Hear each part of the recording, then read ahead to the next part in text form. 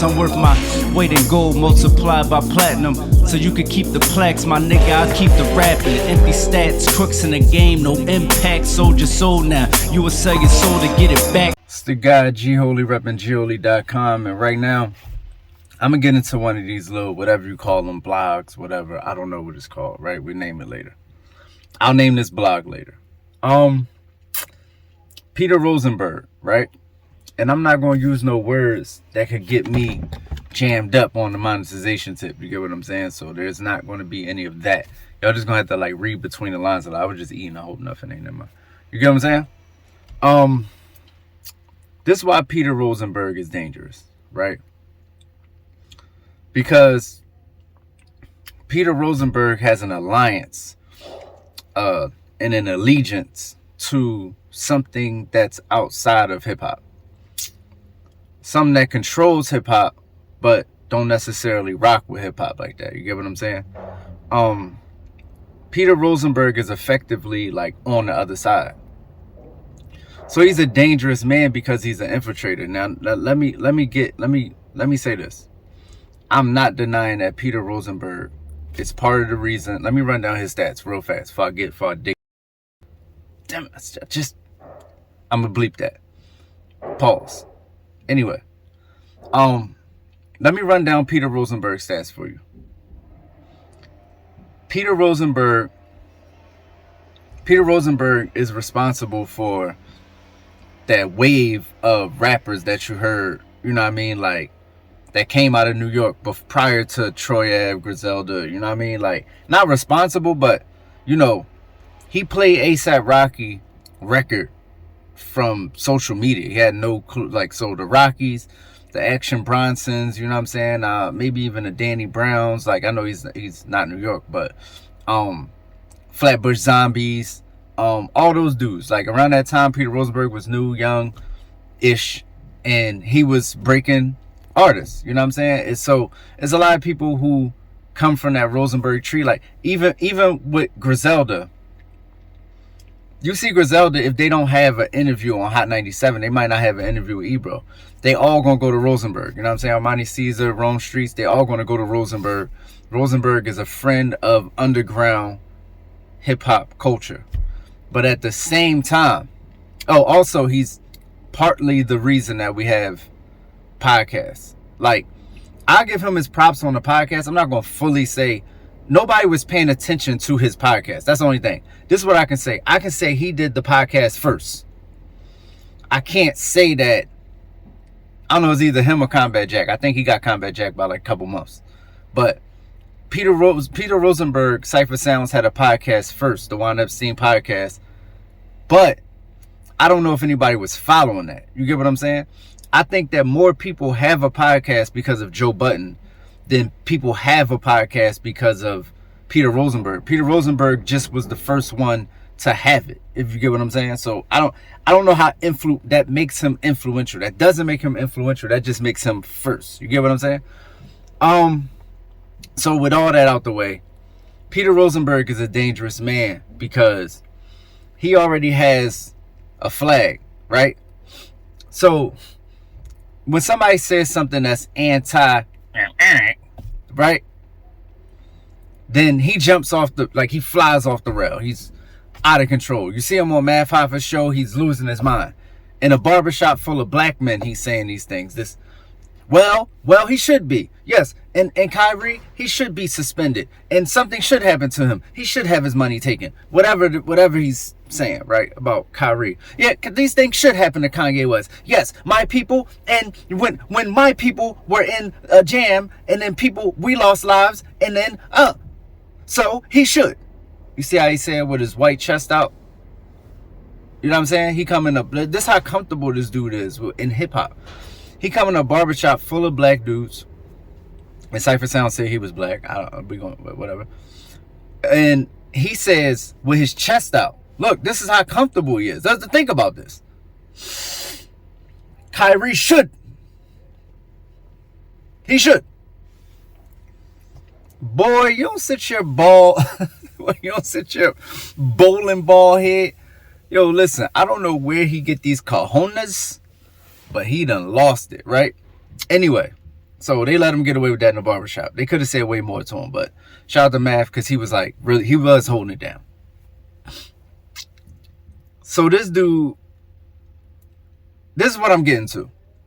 Peter Rosenberg already has a flag. This like somebody that's from another set. Think about this. So like somebody from another set coming to rep your set,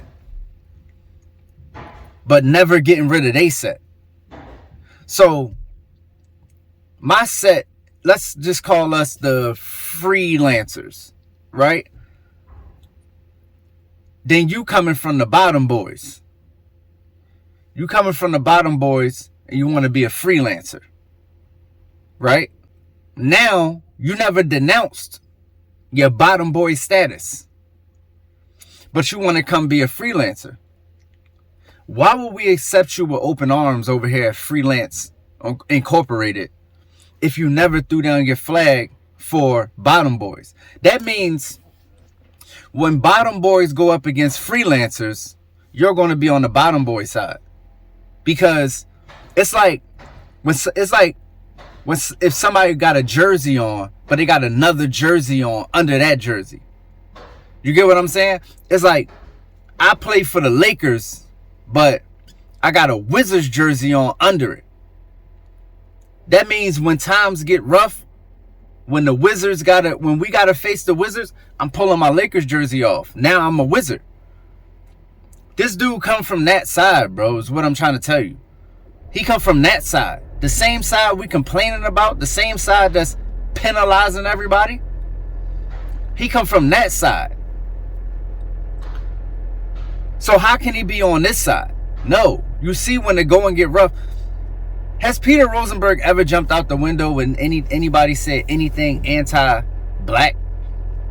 And I don't mean anti-black in the way of, I mean the things that was said about black people. I mean about those people over there.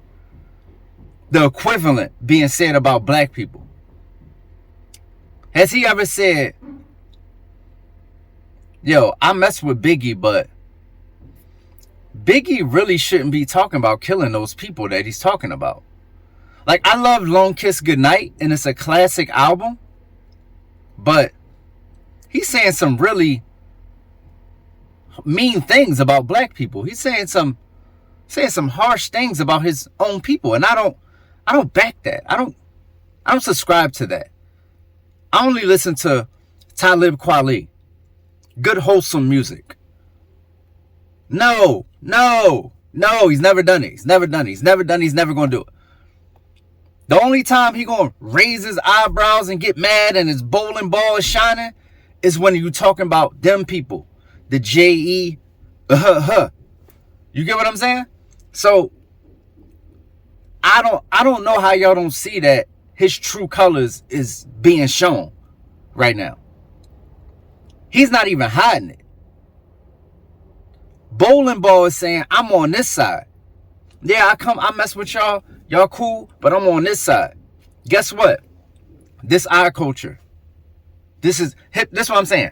We born into this. I don't know nothing else. When I was born, people is on my block. I come down the street, they're playing Biggie Smalls. They're rapping Biggie Smalls together, word for word. Give me the loot, give me the loot. This is my upbringing. Everything that they talk about in these songs is my life.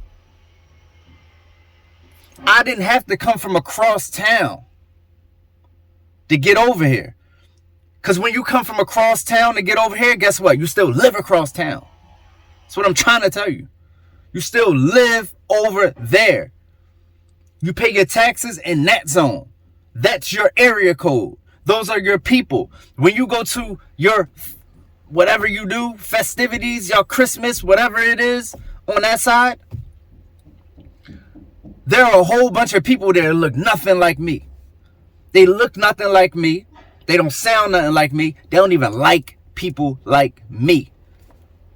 So when you come from across town, and you want to come over here and you want to put your Lakers jersey on knowing you's a Wizard, trying to be a freelancer knowing you's a bottom boy, We got to recognize the infiltration. This is the problem with having people who is not truly what it is at the fabric, at the core of what we doing. Come on, these is out-of-towners. We can't have them in these positions. We can't have people in position that already got allegiance across town. Because you see what happened. Soon as there was an issue with across town in this town, he's not a freelancer no more. He's a bottom boy. He's in a barbershop full of freelancers telling you how he's a bottom boy. He's showing up. He's getting paid to be a Laker. And he's showing you he's a wizard. He's a wizard. I don't care what he do. We just can't look to him for any type of leadership in the culture, any type of voice in the culture. He just got to sit down, play his white ball part. That's what he got to do. Because anything else is going to be detrimental to us. Anything else is going to be detrimental to us. So if you mess with hip hop and you can stand for that, somebody in a room full of people who is of it, telling them, yeah, y'all deserve it on that side, then y'all go ahead and have it. I'd never do that. I would have. And he came on some intellectual, he ain't on a rah-rah, I ain't saying that. But just for the culture. Get your ball. You never talk about Kyrie, boy. Kyrie come from the struggle. Don't you never talk, you boy. You see what I'm saying? Boy. Kanye come from the west side. Boy. You could. I don't like it, bro. And y'all let it go, but whatever. It's the guy G Holy, repping gholy.com, man. I'm out of here. This is why Peter Rosenberg is dangerous. You actors, you just playing it on the net. These is real gun shit, get dangerous on the set. The road that grew from concrete is still in the mix. You don't get it, this flower's flower, nigga, just add drip. You know me, I'm a rapping ass nigga. I don't be rapping for no rapping ass niggas. They want features, but I ain't gon' back to back with your funny words. Get back, I'll have to back niggas.